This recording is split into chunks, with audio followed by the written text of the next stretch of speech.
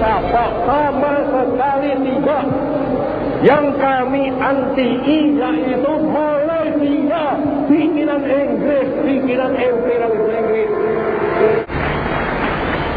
Soekarno tidak mendurhakai Manila Agreement, maka Pagal tidak mendurhakai Manila Agreement.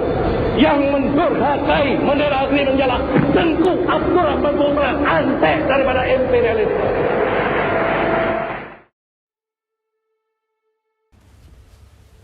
Oke, apa sih cuplikan tadi? Cuplikan tadi adalah sebuah pidato yang dikumandangkan oleh Presiden Insinyur Soekarno pada saat dia mencetuskan atau membuat pernyataan bahwa negara Indonesia akan mengganyang negara Malaysia. Namun, apa sih awal mulanya terjadinya konflik itu? Alangkah baiknya sebelum kita membahas lebih jauh, kita melihat latar belakang dan awal mula konflik itu terjadi.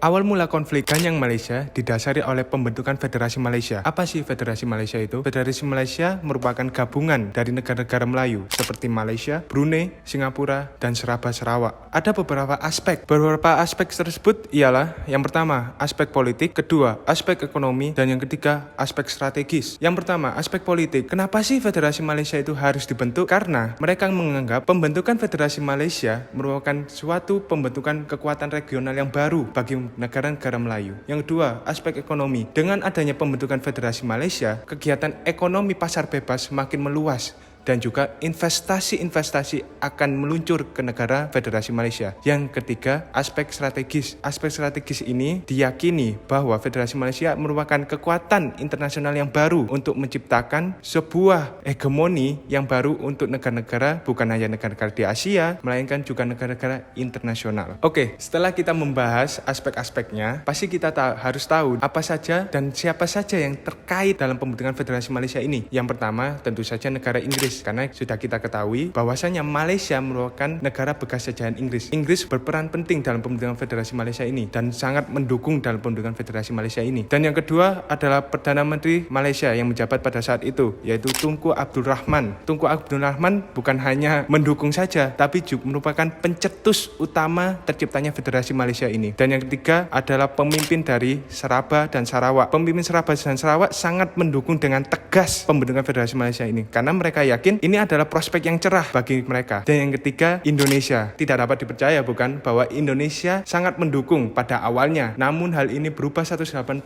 derajat. Karena apa? Karena Indonesia ini yakin bahwasanya Inggris akan mengikut campuri dalam pembentukan ini. Dan juga Presiden Soekarno sangat menentang adanya imperialisme dan juga kolonialisme dan menganggap ini adalah sebuah gerakan neokolonialisme. Hal itulah yang membuat Indonesia keluar dari Federasi Malaysia ini. Maka dari itu, pertanggal 20 Januari 1963, Menteri Luar Negeri Indonesia pada saat itu yaitu Subandrio menyatakan bahwasanya Indonesia bermusuhan dengan Malaysia. Kemudian pada tanggal 7 Juni 1963 dibentuknya pertemuan antara negara Filipina, Indonesia, dan juga Malaysia. Kedua negara yaitu Filipina dan Indonesia menyatakan bahwasanya silakan Federasi Malaysia merdeka, namun dengan catatan tidak adanya campur tangan dari negara Inggris agar tidak terciptanya negara neokolonialisme. Kemudian tidak titik temu terang pada tanggal 5 sampai 31 Agustus 1963 dibentuknya KTT, yaitu Konferensi Tingkat Tinggi di Manila, Filipina. Kemudian PBB membentuk yang namanya pernyataan self-determination. Namun tidak berselang lama, pertanggal 16 September 1963 Federasi Malaysia menyatakan kemerdekaannya. Ditambah lagi, keesokan harinya terjadi demonstrasi di Kuala Lumpur, Malaysia, yaitu anti-Indonesia, yang menambah hawa panas hubungan antara Indonesia dan juga Malaysia. Maka dari itu, Ir Soekarno yang sudah muak dengan kelakuan Malaysia menyatakan akan ganyang Malaysia pertanggal 25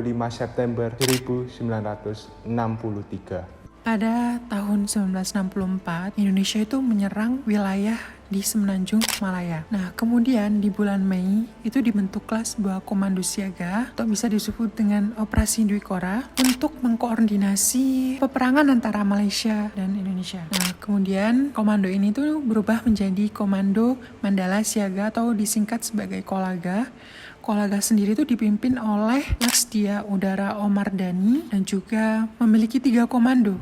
yaitu yang pertama Komando Tempur 1, dan yang kedua Komando Tempur 2, dan yang ketiga Komando Armada Siaga. Nah, pada bulan Agustus, 16 angkatan bersenjata Indonesia itu ditangkap di Johor dikarenakan aktivitas angkatan bersenjata Indonesia itu semakin meningkat di perbatasan. Namun, Malaysia itu hanya sedikit tentara yang dikerahkan oleh Malaysia dikarenakan Malaysia itu bergantung pada pos perbatasan dan juga pengawasan unit komando.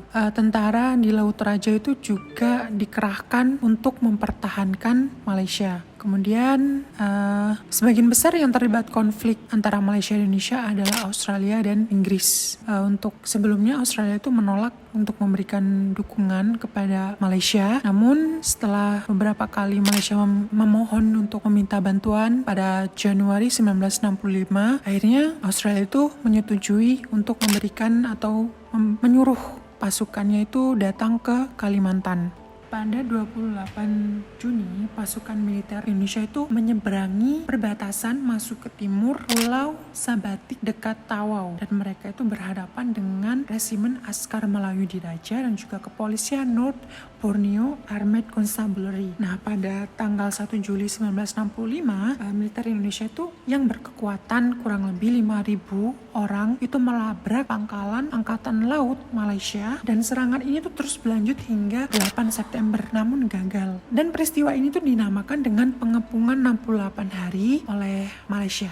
Setelah Indonesia dan Malaysia memulai dialog dan juga melakukan pertemuan dan juga melakukan kesepakatan perjanjian Bangkok 1966 dan juga mengakhiri konfrontasi, akhirnya mulailah pemulihan hubungan antara kedua negara tersebut. Dan juga perjanjian ini tuh dikenal atau resmi dikenal dengan perjanjian persahabatan dan juga kerjasama antara Indonesia dan Malaysia. Perjanjian ini tuh ditandatangani pada tanggal 11 Agustus 1967, bukan pada tahun 1966.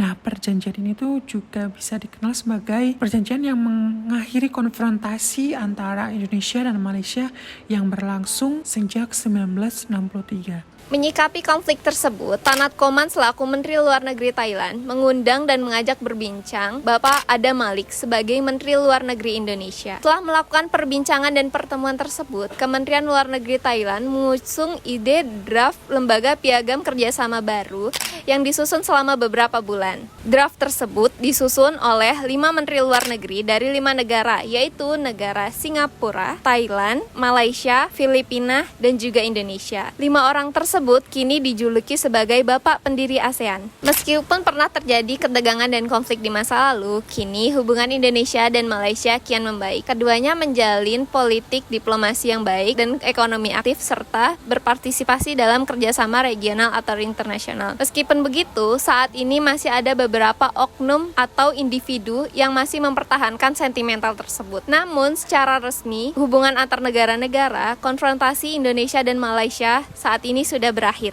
Peristiwa Ganyang Malaysia merupakan masa lalu yang dapat kita kenang sebagai sejarah antar negara Indonesia dan Malaysia, sebagai pembelajaran untuk kedepannya agar tercapainya hubungan yang harmonis antara negara-negara di ASEAN.